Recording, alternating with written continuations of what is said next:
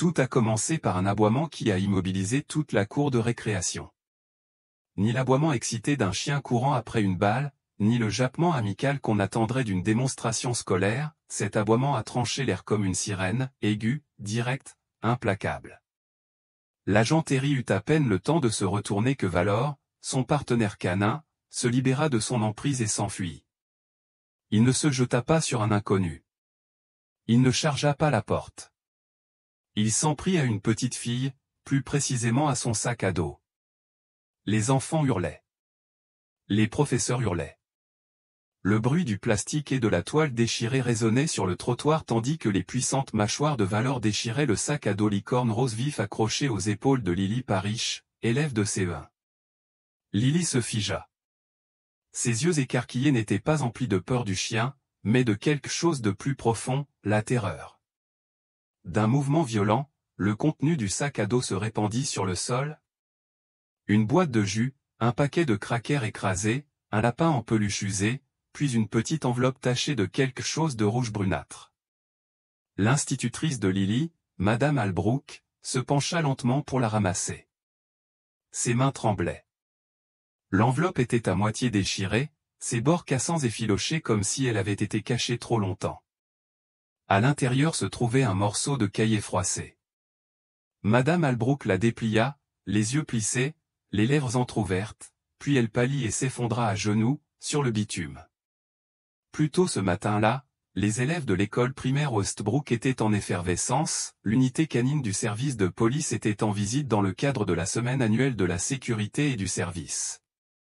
Ils avaient rencontré les maîtres chiens, appris comment des chiens comme Valor détectaient les stupéfiants et traquaient les personnes disparues. L'agent Terry laissait même les enfants donner tour à tour des ordres de base, assis, pas bouger, patte. Tout le monde avait adoré, surtout Lily. Elle était toujours calme, intelligente, douce ou le genre d'enfant qui ne levait pas souvent la main mais qui réussissait toujours ses examens d'orthographe. Elle avait une amie, un lapin en peluche nommé Clové, qu'elle emportait partout, même à la récréation. Personne ne s'attendait à ce que ce soit elle qui fasse apparaître la sirène. Madame Albrook était maintenant assise dans l'infirmerie, pâle et secouée, une serviette humide pressée contre son front. L'agent Terry se tenait à proximité, la note déchirée toujours dans un sac plastique. Il l'avait lue une fois, et cela lui avait suffi. Si je le disais à quelqu'un, il ferait disparaître maman aussi. J'ai caché la photo dans mon sac à dos. Je pense qu'il le sait. Aidez-moi si vous la trouvez. Il ne pouvait pas le dire à voix haute, il n'y avait pas de nom sur le mot, mais l'écriture, c'était celle de Lily. Dehors, Lily était assise sur un banc, ses petites mains serrées autour des oreilles tombantes de Clové. Elle ne pleurait pas, elle n'avait pas dit un mot depuis que Valor avait déchiré son sac. L'agent Terry s'approcha lentement, s'agenouillant à côté d'elle. « Dis donc, dit-il doucement, tu connais mon partenaire Valor, n'est-ce pas ?» Elle regarda le chien à côté de lui, maintenant calme, assis, l'observant d'un œil alerte. « Il est vraiment désolé pour ton sac à dos, » ajouta Terry avec un léger sourire. Lily ne répondit pas, mais cligna lentement des yeux. Puis elle murmura, à peine audible, il savait. Si vous croyez aux histoires où les chiens ne se contentent pas de nous protéger, mais révèlent la vérité, nous vous invitons à vous abonner à Héros pour les animaux. Ce ne sont pas de simples histoires, ce sont des moments réels où les héros à quatre pattes parlent plus fort que les mots. Valor n'aboyait pas au hasard. Il avait capté quelque chose, une odeur de sang, des phéromones de stress. Terry l'avait déjà vu, des chiens comme Valor pouvaient détecter un traumatisme comme un radar détecte une chaleur. Mais que le sac à dos d'un élève de CE1 le fasse réagir, ce n'était pas normal. Et ce mot, ce n'était pas un hasard. Quelqu'un l'avait mis là pour qu'on le retrouve. Dans l'heure qui a suivi, la mère de Lily a été contactée. Elle est arrivée à l'école essoufflée, vêtue d'un sweatshirt usé et d'un jean délavé. Elle semblait plus épuisée que surprise. Elle n'a mordu personne, n'est-ce pas, a demandé la femme en jetant un regard en coin à sa fille. Les yeux de l'agent Terry se plissèrent. Madame, c'est le sac à dos de votre fille qui a été déchiré, et non l'inverse. Ah oui, c'est vrai, la mère força un sourire. Elle est parfois dramatique. Derrière elle, l'expression de Lily ne changeait pas. Elle gardait les yeux fixés sur Valor, ses doigts toujours agrippés à Chloé comme s'il était la seule chose solide au monde. Terry accompagna la femme dehors pour lui parler en privé. À l'intérieur, la conseillère d'orientation s'assit à côté de Lily. « Ma chérie, demanda-t-elle, as-tu peur de quelque chose ?» Lily la regarda, puis fouilla dans sa poche et en sortit une feuille pliée. C'était un dessin au crayon, une maison, une fille, un homme grand avec des gribouillis rouges à la place de son visage. Sous le dessin, en caractères d'imprimerie enfantine, il m'a dit de sourire, sinon. Le conseiller prit doucement le papier. Qui est-ce, Lily? Mais Lily regardait déjà Valor rien que Valor et à cet instant, le chien émit un grognement d'avertissement, les oreilles pointées vers la porte, car quelque chose clochait. Et celui qui ne pouvait pas le dire lui avait déjà tout dit. Lily Parrish était assise à l'arrière d'une voiture de police, les genoux repliés contre sa poitrine, serrant Chloé fort contre elle. Sa ceinture de sécurité la serrait contre elle, mais elle ne se plaignait pas, elle ne parlait pas. Le conseiller d'orientation l'avait aidé à monter dans la voiture en lui murmurant des mots réconfortants. Valor était assis à côté d'elle, non pas par terre comme d'habitude, mais directement sur le banc. L'agent Terry ne l'avait jamais vu faire ça auparavant. Le grand berger allemand était appuyé contre Lily, immobile, sans aboyer, juste là, à l'observer, à la protéger. Terry les regarda dans le rétroviseur. Son ventre se serra. Il avait déjà vu des enfants traumatisés, mais là, c'était différent. Pas de colère, pas de larmes, juste une fille recroquevillée dans le silence, et un chien qui avait entendu chaque mot qu'elle ne pouvait dire. Le mot dans le sac à dos de Lily avait déjà été rendu. L'analyste graphologique du département confirma qu'il correspondait à son travail scolaire. Il n'y avait aucun doute. Mais la question principale demeurait, qu'est-ce que Valor avait senti qu'il avait déclenché?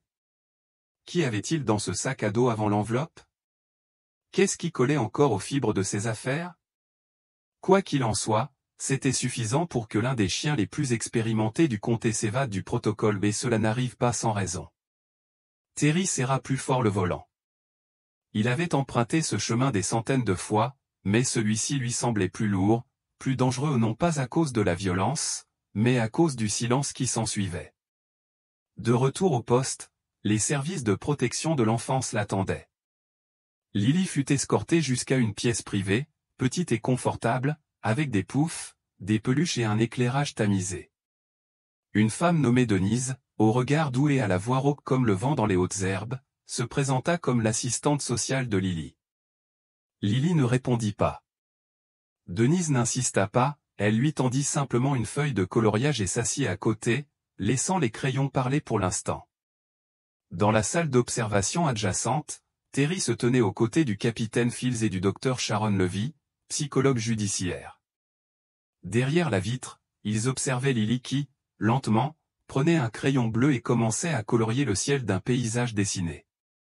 Elle présente des signes de traumatisme complexe, dit doucement le docteur Levy.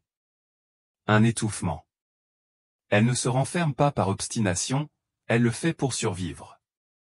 Terry croisa les bras. Serait-ce une simple invention? Le docteur Levy secoua la tête. Le vocabulaire convient à une enfant de son âge, mais les schémas, le choix des mots, si je le disais à quelqu'un, il ferait disparaître maman aussi. Ce n'est pas quelque chose qu'un élève de CE1 invente de toutes pièces, c'est une peur acquise. Et le dessin, demanda le capitaine Fields. Levy tapota le rapport sur son bloc-notes. Les gribouillis rouges sur le visage de l'homme, le sourire sous les mots, sinon, c'est un comportement de camouflage classique, un enfant qui essaie d'obéir. Un commandement par l'art, elle dit, regarde, je souris, tandis que le rouge symbolise la détresse, l'agressivité. Cet homme la terrifie. Terry hocha la tête. Il faut qu'on reparle à la mère. Sur le terrain, elle esquive nos appels, dit l'associé. Elle dit qu'elle travaille de nuit. On va la convoquer officiellement. La mâchoire de Terry se serra. Plus besoin d'attendre. Ce soir-là, Terry et un autre policier frappèrent à la porte d'entrée d'une maison de plain-pied délabrée, près de la sortie de la ville. La lumière du porche vacillait, un pot de fleurs fissurées gisait de travers sur le perron. La mère de Lily, Rachel Parrish, ouvrit lentement la porte. Ses yeux semblaient fatigués, mais sa voix était étrangement joyeuse. « Agent, Lily va bien ? » « Elle est en sécurité, » dit Terry, « mais nous avons quelques questions. » Rachel hésita. « Bien sûr, mais, on ne peut pas faire ça sur le porche. » À l'intérieur, la maison sentait légèrement l'eau de javel et autre chose, quelque chose de métallique. Le salon était propre mais stérile, pas de jouets, pas de photos de famille, juste un canapé, une télévision et des stores trop tirés. Terry scruta la pièce, remarquant des détails subtils, un coussin de canapé retourné, le tapis près de la plainte taché de noir. « Nous avons trouvé un mot dans le sac à dos de Lily, » commença Terry. Il décrit les menaces proférées par un personnage masculin, quelqu'un qui lui a ordonné de se taire. Rachel croisa les bras. Elle a toujours été dramatique. « Tu ne sembles pas surpris, » dit Terry. « Lily a de l'imagination, » dit Rachel avec un sourire forcé. Elle tient ça de son père. Où est son père maintenant? Le sourire de Rachel s'estompa. Parti depuis des années. Et y a-t-il eu quelqu'un d'autre à la maison récemment? Un petit ami, un membre de la famille. Elle hésita encore. Personne. Derrière elle, quelque chose craqua ou une planche de parquet, un grincement discret mais suffisant pour attirer l'attention de Terry. Il y a quelqu'un d'autre ici? Le visage de Rachel devint froid. Non, dit-elle trop vite. Terry s'avança. Il faut inspecter les lieux. Vous n'avez pas de mandat? Alors nous en aurons un, répondit-il, mais tu dois savoir que s'il y a quelqu'un dans cette maison qui fait du mal à cette fille, le chien le sait déjà. C'est alors que la porte de derrière claqua. Terry et son partenaire traversèrent la cuisine en quelques secondes. Un homme traversa le jardin en courant, disparaissant sous la cime des arbres. Rachel hurla derrière eux, mais Terry ne s'arrêta pas. L'homme était grand, rapide et assez stupide pour laisser le portail ouvert. Mais c'était sans compter sur le chien. Valor était déjà là, il l'avait amené dans la voiture de patrouille, au cas où. Le berger allemand s'élança du portail latéral avec un aboiement profond et abattit l'homme comme un projectile enveloppé de fourrure et de dents. À l'arrivée de Terry, l'homme était à plat ventre, les bras croisés, Valor grognant doucement à côté de sa tête. Le visage de l'homme était pâle, sa lèvre saignait à cause de l'atterrissage, mais ce que Terry remarqua le plus, c'était le tatouage sur son poignet, un vieux nom. Rachel, dit Terry, son nom est Kyle Brigg, ton ex. Elle avait fait 2 ans de prison pour agression et 1 an pour possession d'armes. Pas de travail, pas de domicile enregistré, mais il vivait dans la maison, dormait au sous-sol. Lily n'avait jamais parlé de lui, car il le lui avait interdit. Lorsqu'ils ont amené Rachel pour l'interroger, elle a craqué dans l'heure. Il m'a dit que si je disais quoi que ce soit, il lui ferait du mal, et je l'ai cru. J'avais peur. Tu aurais dû avoir plus peur de ce que ton silence lui a fait, répondit Terry. De retour au département, Lily était assise avec Denise et coloriait. Cette fois, c'était Valor, il avait été dessiné avec un grand sourire, la langue tirée, la queue qui remuait. À côté de lui se trouvait un petit bonhomme allumette avec une queue de cheval et une robe bleue. En dessous, elle avait écrit en grandes lettres irrégulières, « Moi et Valor en sécurité ». Le docteur le vit se pencha par-dessus l'épaule de Terry pour voir. « Elle commence à avoir confiance, » dit-elle. « C'est là que la guérison commence. » Terry hocha la tête. Elle n'avait pas besoin d'une voix, dit-il doucement, elle avait besoin d'un chien avec une voix. À la fin de la semaine, Kyle Brigg était derrière les barreaux, Rachel Parrish était accusée de mise en danger d'enfants et d'entrave à la justice, Lily était placée en foyer d'accueil temporaire en attendant des solutions à plus long terme, et Valor devait recevoir une félicitation du département. Non pas pour une saisie de drogue, ni pour avoir traqué un suspect, mais pour avoir écouté une petite fille que personne d'autre n'entendait. Sur le parking après la cérémonie, Lily courut vers l'agent Terry, tenant Chloé d'une main et une laisse rouge vive de l'autre. « Valor peut-elle venir à mon anniversaire » demanda-t-elle. Terry rit. « Je pense qu'on peut y arriver. » Tandis que Valor trottait vers elle, Lily se pencha et murmura quelque chose que lui seul pouvait entendre. Le chien lui lécha la joue, s'assit à côté d'elle et leva les yeux pleins de connaissance. Quoi qu'elle dise, il le comprenait déjà. La terre semblait se tordre et, comme sur le dessin, une grosse racine fendit le sol près de la base, laissant une petite zone creuse. Valor commença à creuser.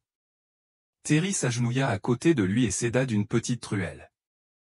La terre était sèche et craquelée, mais à quelques centimètres de profondeur, la truelle heurta un objet solide, du bois. Il déblaya la terre jusqu'à ce qu'une petite boîte usée par les intempéries en émerge. Elle n'était pas fermée à clé. À l'intérieur se trouvait une chaîne en argent terni, nouée par le temps, et un petit pendentif en plastique en forme de cœur. Lorsque Terry l'ouvrit, il découvrit une photo floue, décolorée mais reconnaissable entre toutes, un homme tenant un bébé.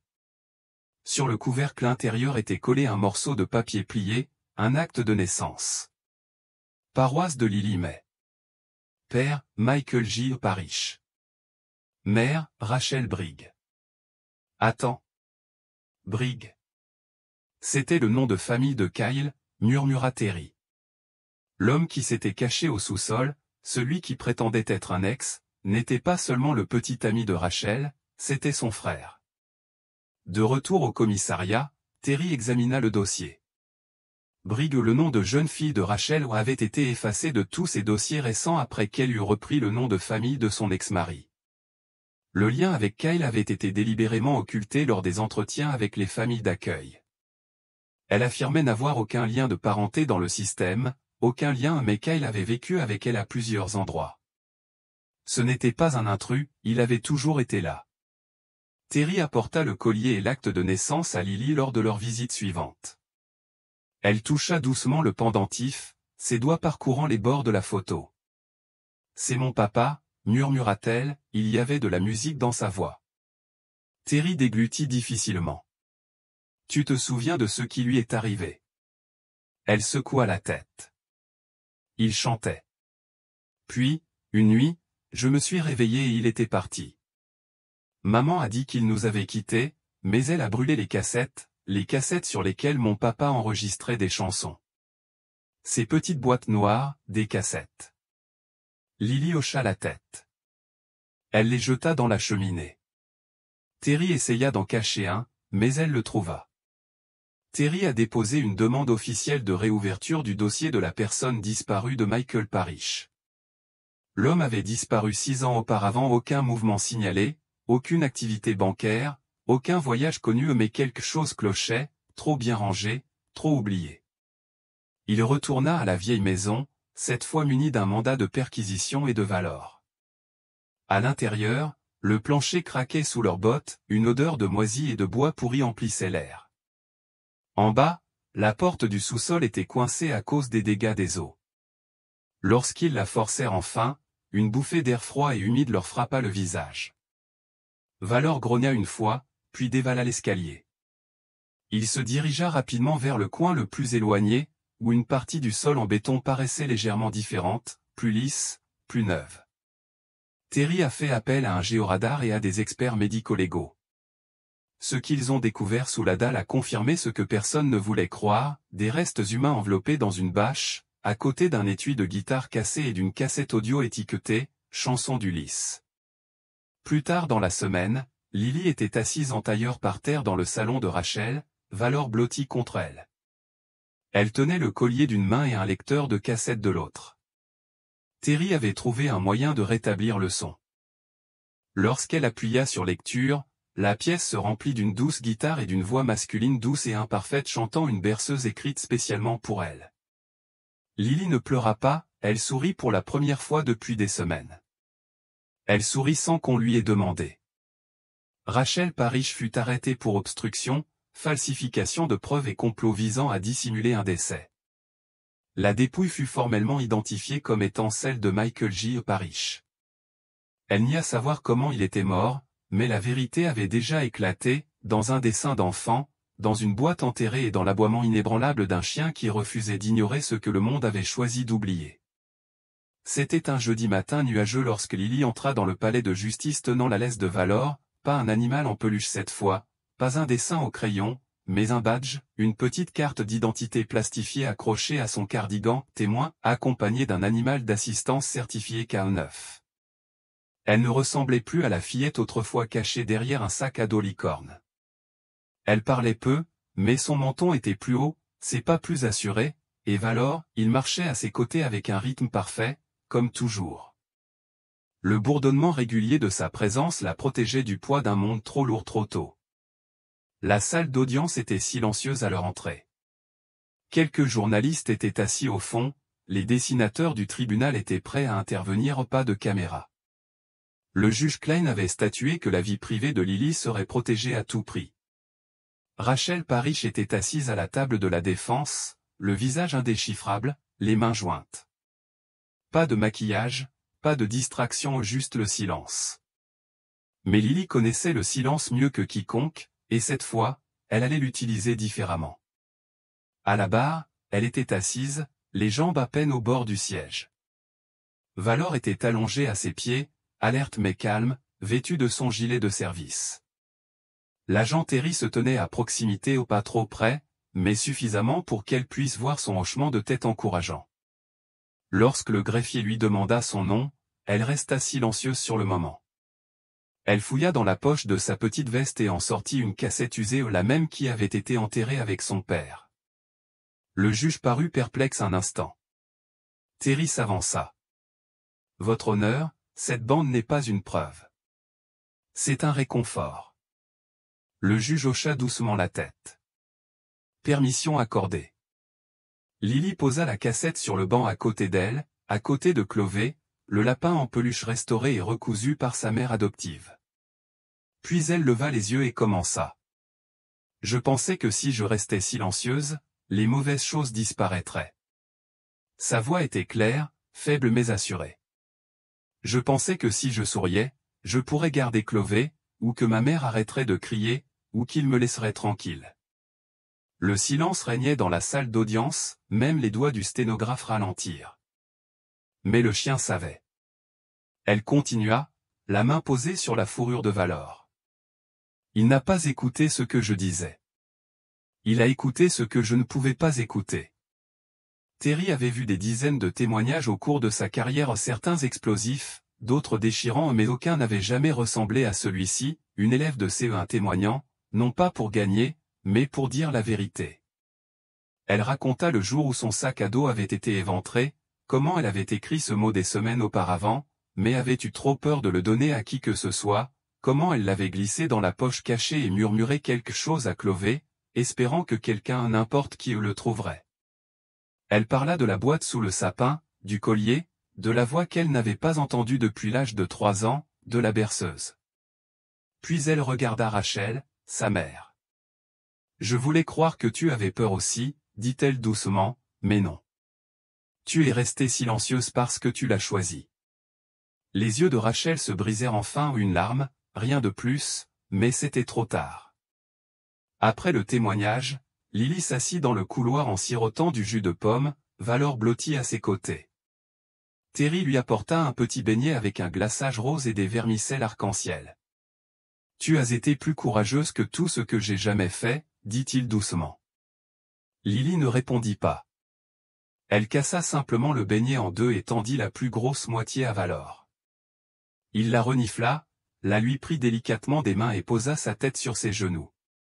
2 semaines plus tard, Rachel était condamnée à 6 ans de prison pour obstruction, complicité de recel et défaut de protection d'enfant. Kyle Briggs serait probablement jugé séparément pour homicide involontaire une fois que les procureurs auraient établi suffisamment de liens médico-légaux avec la dépouille de Michael Parrish.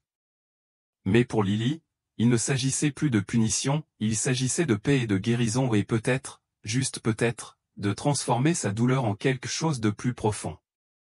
Rachel, sa mère d'accueil, a inscrit Lily à un programme d'art à la bibliothèque locale. Ce n'était pas luxueux, juste des crayons, de la peinture à la détrempe et une enseignante bénévole nommée Mademoiselle Gina qui jouait du jazz pendant qu'elle travaillait.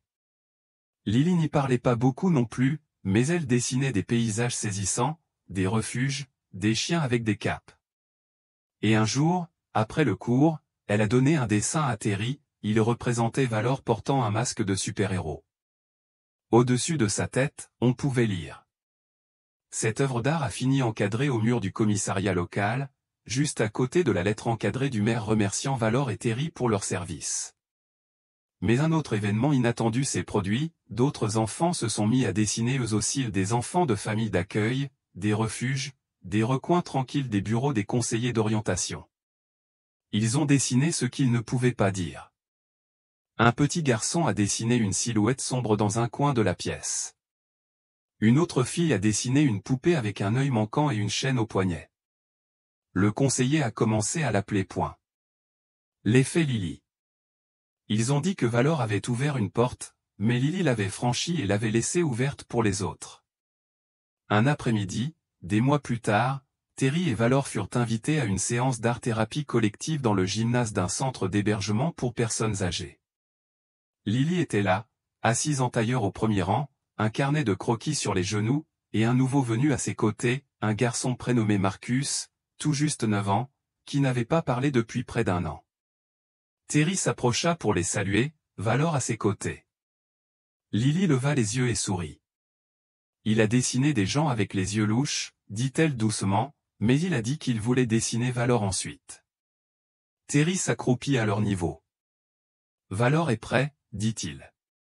Il écoute, même quand on murmure avec des crayons. Marcus leva les yeux, ses yeux vacillant entre le chien et Lily, et un petit sourire commença à se former. Plus tard dans la soirée, Rachel envoya une photo à Terry par courriel. C'était le dessin de Marcus, Valor montant la garde devant une porte en briques, avec un petit enfant derrière lui et les mots écrits au crayon rouge, « Il ne laisse pas entrer les mauvaises choses ». Terry ferma son ordinateur portable et baissa les yeux vers Valor endormi près de la cheminée. « Tu changes plus de vie que tu ne le penses », murmura-t-il. Valor ne bougea pas, mais sa queue frappa 2 fois le sol, juste assez pour dire « Je sais ». L'agent Terry se tenait près de la machine à café du commissariat lorsque l'appel est arrivé. Son téléphone vibra à sa ceinture opaque sa ligne personnelle, mais l'alerte sécurisée du service réservé aux cas critiques de protection de l'enfance, ceux qui ne pouvaient pas attendre. Il répondit immédiatement. « École à Chartres-Westbrook », dit la voix au bout du fil. « Il y a eu un incident impliquant un élève, et nous aimerions que Valor intervienne. » La mâchoire de Terry se serra.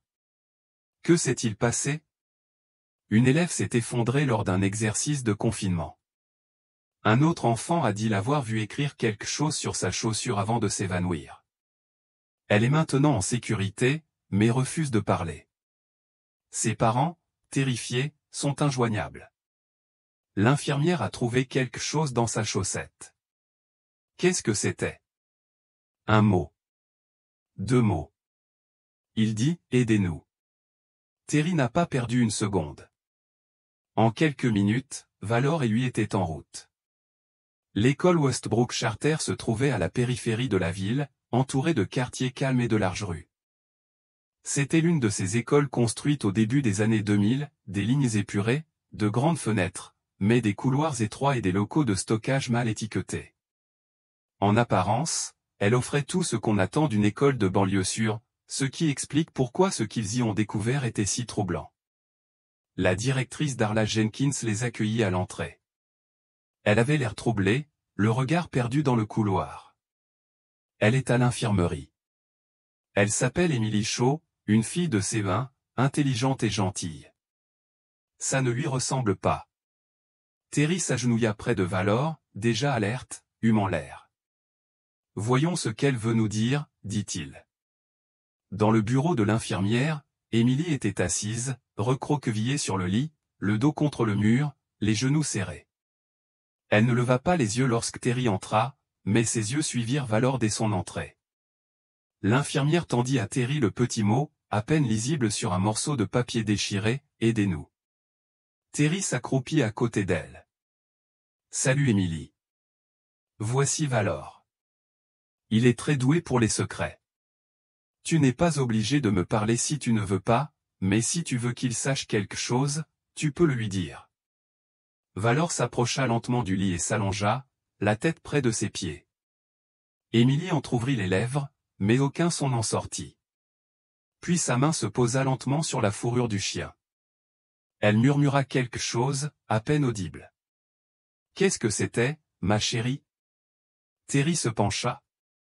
Elle murmura à nouveau, un peu plus fort, « Ils ne sont pas dans les salles de classe. » Terry sentit un frisson le parcourir. Qui n'est pas dans les salles de classe? Son regard se porta vers le couloir. Certains élèves ont la permission du directeur. Terry commença une visite silencieuse de l'école. Valor renifla chaque couloir, chaque salle de classe ouverte, les oreilles frémissantes, le corps en alerte rien. Jusqu'à ce qu'ils atteignent l'aillet. Valor se figea devant un placard de concierge. Mais ce n'était pas n'importe quel local à provisions, la porte semblait trop large pour un rangement normal, sans fenêtre, sans étiquette. Terry essaya la poignée verrouillée. Il frappa une fois. Silence. Puis il regarda le sol, le linoléum portait des éraflures et des rayures qui se courbaient vers l'intérieur, comme si quelqu'un ou quelque chose avait été traîné sur le seuil. Il se tourna vers le directeur. « Avez-vous les clés de cette école ?» Son visage pâlit. « Cette pièce a été scellée après l'agrandissement. On ne l'utilise plus, mais, tu as une clé ?» Elle hésita. « Je vais le chercher. » À son retour, Terry ouvrit lentement la porte. Elle grinça sur ses gonds, révélant un espace sombre et sans fenêtre. Valor aboya une fois, fort et aigu. À l'intérieur, sous la faible lueur d'une unique ampoule suspendue, se trouvaient 6 vieux bureaux, une pile de manuels scolaires périmés, 2 sacs de couchage, des emballages alimentaires, une lanterne et une pile de vêtements d'enfants dans un coin. Le cœur de Terry se serra. Il entra lentement, Valor à ses côtés, le nez froncé. Ça sentait la peur, la sueur et autre chose, le linge humide et la moisissure. Derrière une cloison pliante près du mur du fond, ils trouvèrent un petit cahier à spirale. À l'intérieur se trouvaient des dessins bruts mais clairs, l'un représentait une fille avec du ruban adhésif sur la bouche, un autre 2 enfants cachés sous une table. La dernière page disait, quand la maîtresse ferme la porte à clé, attendez qu'elle soit partie, puis restez silencieux. Terry ne quitta la pièce qu'une fois chaque centimètre carré photographié et traité. Valor resta près d'elle tout le temps, allongé près du mur du fond, refusant de bouger. Plus tard, les techniciens de la police scientifique ont confirmé ce que Terry soupçonnait déjà, ce mur n'était pas d'origine. Derrière, il y avait un vide sanitaire avec des traces d'utilisation récente, des couvertures, des briques de jus, un chargeur de téléphone. La personne qui avait utilisé cette pièce y était allée récemment et souvent. Le lendemain, les services sociaux ont vérifié les présences et les images de sécurité. 2 élèves, frères et sœurs, avaient manqué des semaines de cours, mais n'avaient jamais été signalés comme absents, leur nom ayant été retiré des feuilles de présence par une personne disposant d'un accès administratif. Le directeur Jenkins a été immédiatement mis en congé. Les enquêteurs ont découvert des preuves de dossiers falsifiés, de livraisons non déclarées et de registres de sécurité présentant des lacunes délibérées. Il semblait que quelqu'un cachait des enfants pendant la journée ou peut-être victime de trafic, peut-être retenu sous la contrainte et les déplaçait la nuit. Plus aucun signe des enfants, mais quelqu'un était sorti, Émilie, et elle avait laissé un message qui est parvenu à la seule personne qui l'écoutait vraiment. Plus tard dans la semaine, Émilie rencontra Lily pour la première fois lors d'un événement organisé à la bibliothèque où Valor était récompensé par un groupe de défense des droits des enfants de l'État. Les 2 filles ne parlèrent pas beaucoup, mais elles s'assirent l'une à côté de l'autre et dessinèrent. Lily dessina Valor debout devant une porte sombre, Émilie dessina une fillette passant la main par un trou dans le mur. Terry les observait de l'autre côté de la pièce et sentait un nœud se nouer dans sa gorge. Ils n'étaient pas seulement des survivants, ils s'écoutaient encore, chacun de leurs cris discrets, cachés dans une chaussure ou griffonnés dans un coin de cahier de mathématiques. Et Valor, il n'avait jamais cessé d'écouter.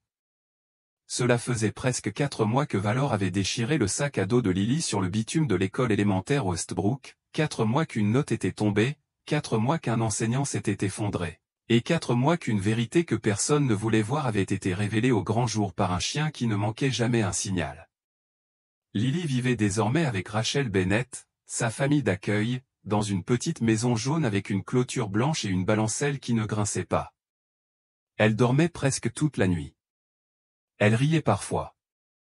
Elle ne parlait toujours pas beaucoup aux adultes, mais elle avait commencé à poser des questions et quand elle le faisait, elle comptait. Le dimanche matin, elle aidait Rachel à préparer des gaufres en forme de cœur. Le jeudi, elle dessinait avec Emily au centre communautaire. Et un mardi sur deux, l'agent Terry et Valor venaient dîner non pas par obligation, mais par envie.